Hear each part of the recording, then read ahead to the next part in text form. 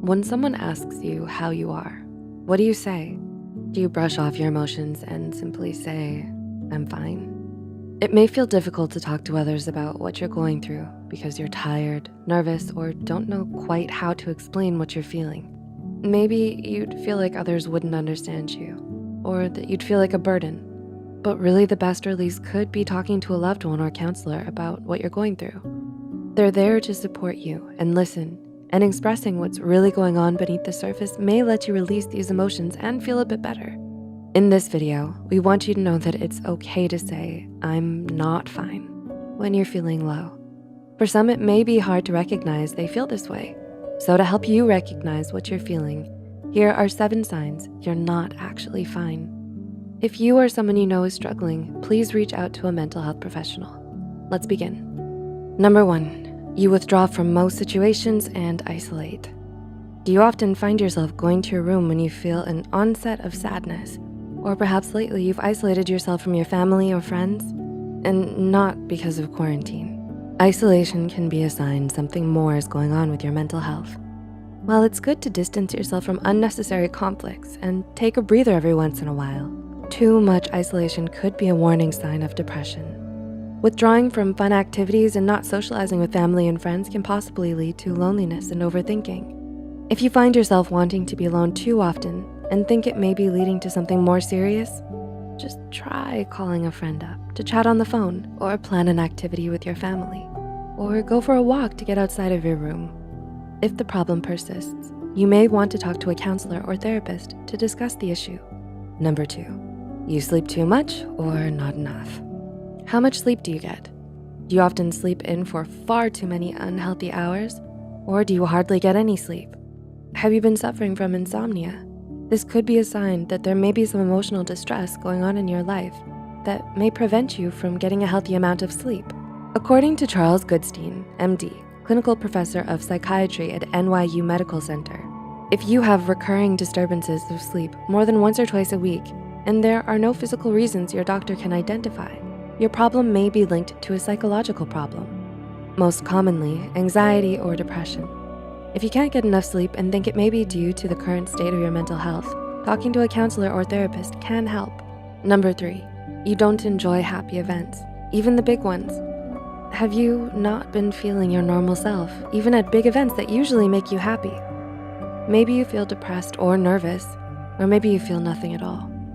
You don't know what you're feeling because there doesn't seem to be a strong emotion. You may feel a bit happy, but you notice your emotions during these big events don't seem as strong as others. You feel a fraction of the feelings others seem to feel when you experience the same accomplishments or celebrations.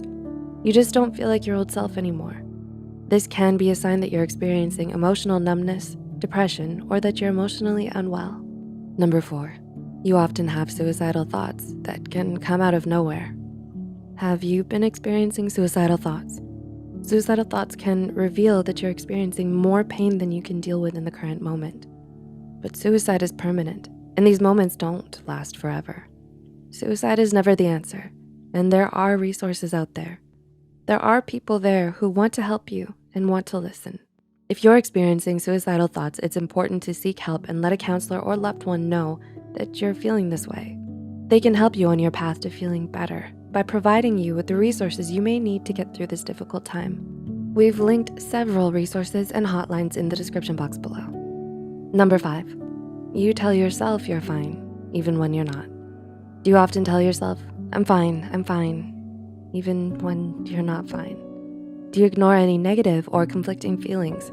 Suppressing emotions may seem like a quick fix to a big problem, but it could actually lead to further distress in the future, even over something seemingly unimportant.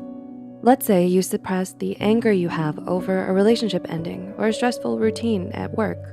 If you don't deal with the problems that can affect you in the long run, something as small as forgetting to buy the milk on your grocery list can lead to an explosive fight that will cover more than just your grocery shopping. What's worse is denying these feelings to those who ask how you are, and most importantly, denying them to yourself. Instead of self-denial, take a breath, relax, and try to go through the problems you're facing in a comfortable space. Feel the feelings as they happen, rather than later. This doesn't mean you should let it consume you, But these emotions are valid and should have time in your day to be sorted through and resolved. Number 6, you don't like who you are and let your insecurities get the best of you. Everyone has insecurities. It's a normal part of being human. But if you're constantly thinking of your flaws and how others might judge you, it can be the beginning of a very unhealthy habit. Even if you want to change yourself for the better and improve yourself, you shouldn't beat yourself up over it. It's a great goal to try to improve yourself in many ways, but telling yourself that these goals are the only thing that can make you happy is a recipe for disaster. Because even if you do accomplish the goals you're striving for, the added weight and importance you place on them can make the great feeling of achievement of accomplishing your goals not all you thought it would be in your mind. We tend to build things up in our heads, and that's the reality we tend to strive for.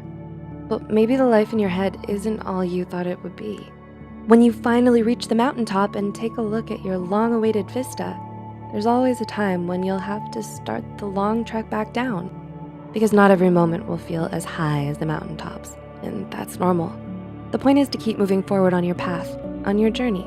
Look at me making metaphors. And number 7, you aren't living your life, you're surviving. Every situation is different, but if you find yourself just getting through your day at work, just getting through to the weekend, just making it to the end of the week, well, congratulations, you're surviving. That can take a lot of work for some, but it's important to keep going and make the best of every situation. But if making it to the weekend is all you look forward to, maybe it's time to reevaluate. Not everyone loves their work or school, and it's normal to wish for the weekend, but try to ask yourself what you really want to do. Whether it's a lifelong dream you can work towards achieving, or taking up a new hobby like playing the guitar. Try taking the steps to add some life into, well, your life.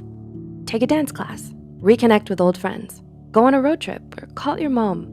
Add some spice to your life's recipe book and begin to enjoy what it is that keeps you going. We can't only run on tofu. There I go with the metaphors again. If you don't take time to enjoy the moments in your life and live in the moment, it may pass you by. As a wise fictional teenager once said, life moves pretty fast. If you don't stop and look around once in a while, you could miss it.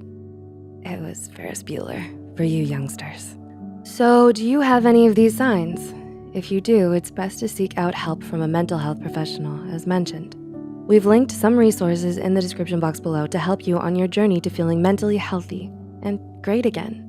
Feel free to express your thoughts in the comments below and share any helpful coping tips. Know that it truly does get better. Many people who've experienced suicidal thoughts and survived have felt thankful that they're alive later on. With some hope, time, and help from others, you can go back to feeling more than fine. You soon may be feeling great. We hope you enjoyed this video, and if you did, don't forget to click the like button and share it with a friend or someone who might need it. Subscribe to Psych2Go and hit the notification bell icon for more content like this. And as always, thanks for watching.